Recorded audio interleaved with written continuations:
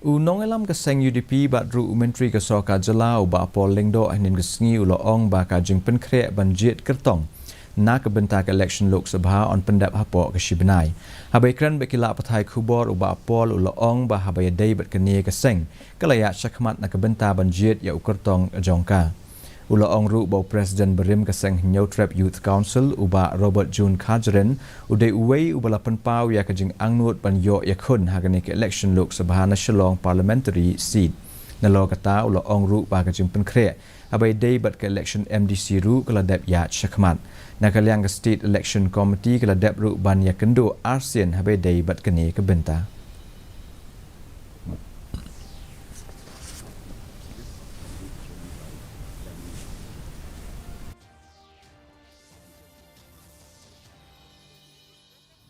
Well, he is one of the, as far as the UDP is concerned, we've already gone ahead with the process of identifying our candidate, and the process should be through in the next 1 month or even less than that.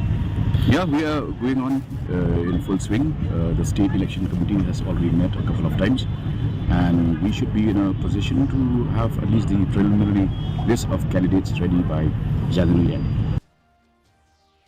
La pelong ya ke Lempung Premier